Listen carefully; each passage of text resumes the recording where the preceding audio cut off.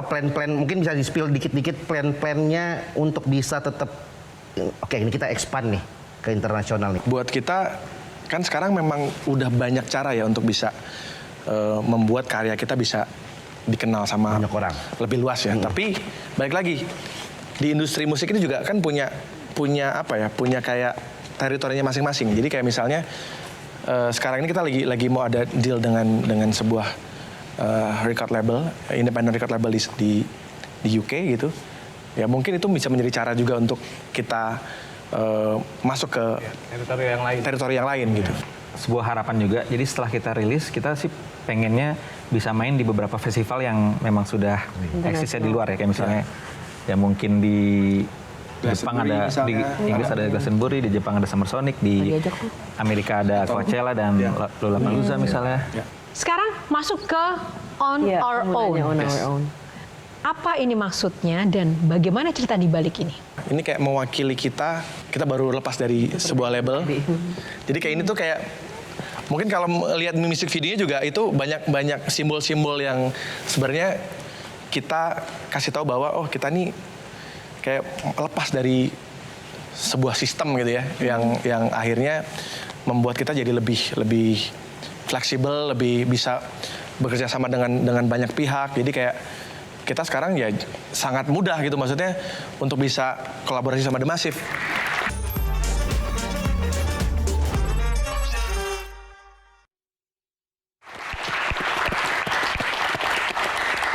Setiap pertanyaan selalu ada jawaban.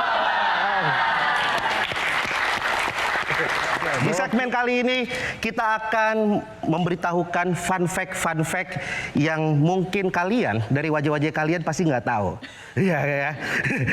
Ini wajah-wajah kayak masa sih gitu kan ya. Langsung aja jadi teman-teman nanti bisa cross check benar atau tidak fun fact-nya. Langsung aja fun fact pertama. Saatnya fun fact. The Massive sering di-ban sama festival-festival musik karena selalu jadi pemenang. Bener ya? Benar atau tidak? Ini sering banget ya, ini gosip-gosip di media sosial udah ngomongin ini. Benar atau tidak? Ya dulu sampai disuruh berhenti ikut band competition. Yang kita ingat tuh dulu almarhum ini ya, Mas Ben Sleo. Oke. Dia bilang udahlah kamu menang terus, apa bikin album, bikin karya dong gitu.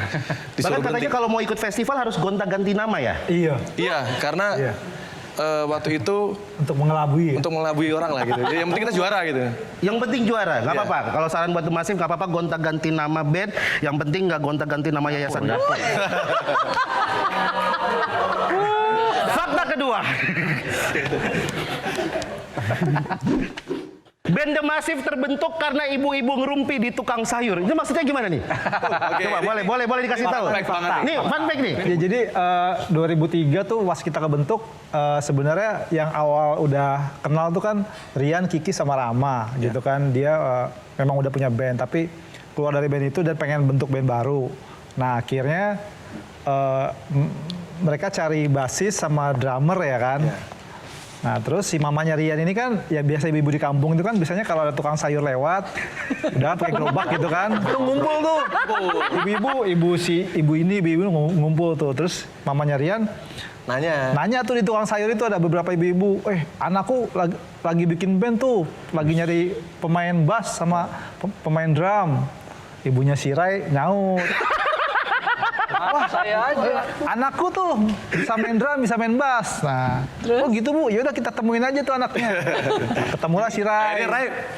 Jadi fun fact juga, kita kan tinggal di situ tetangga ya? Semuanya? Enggak, aku Rian sama Rai, tetangga belakang rumah gitu. Tapi selama kita tinggal situ nggak pernah kenal. Baru kenal pas pertama kali bikin band. Gara-gara mama-mama tadi? Gara-gara mama-mama itu. Karena kita introvert semua nih.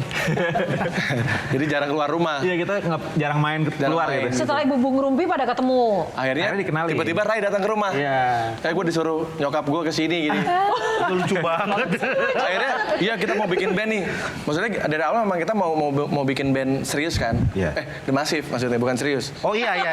The Massive. The Massive. Beda band itu. Beda band. Saya emang udah niat mau pengen bikin band yang memang untuk punya lagu sendiri dan lain.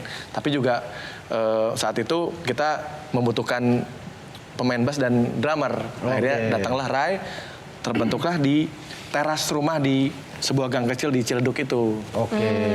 Jadi emang bener dari obrolan ibu-ibu di tukang sayur ya? Bener, itu bener banget. Oh, ini makanya Gang Kamboja.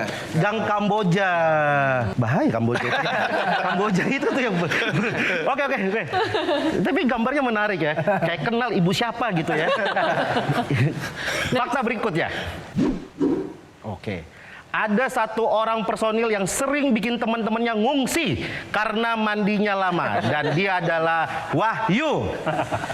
Oh, mas-mas yang ini. Sekamar Saya bisa jawab. Coba silakan. Mungkin situ bukan teman-temannya ya, tapi cuma Rama kayaknya. Iya. Karena saya bertahun-tahun dulu sekamar sama Wahyu kalau tur gitu. Kalau sekarang kita udah kamar sendiri ya. Saranjang. Nah, terus enggak juga. Karena mandinya lama. Jadi kalau mandi lama banget. Seberapa lama? Lama itu kan relatif tuh. Gimana? Gimana? Biar yang bersangkutan yang cerita. Maksudnya gini mas, kalau teman sekamar nih. Saya mandi tuh nggak boleh keduluan Wahyu. Kalau keduluan Wahyu, saya paling disisain 5 menit lah sebelum berangkat ke panggung. Oke, saking lamanya 5 tuh. menit tuh paling lama kayaknya 3 menit paling. Nggak, maksudnya mas kalau di hotel kalau mandi jangan sekalian bersih-bersih mas gitu.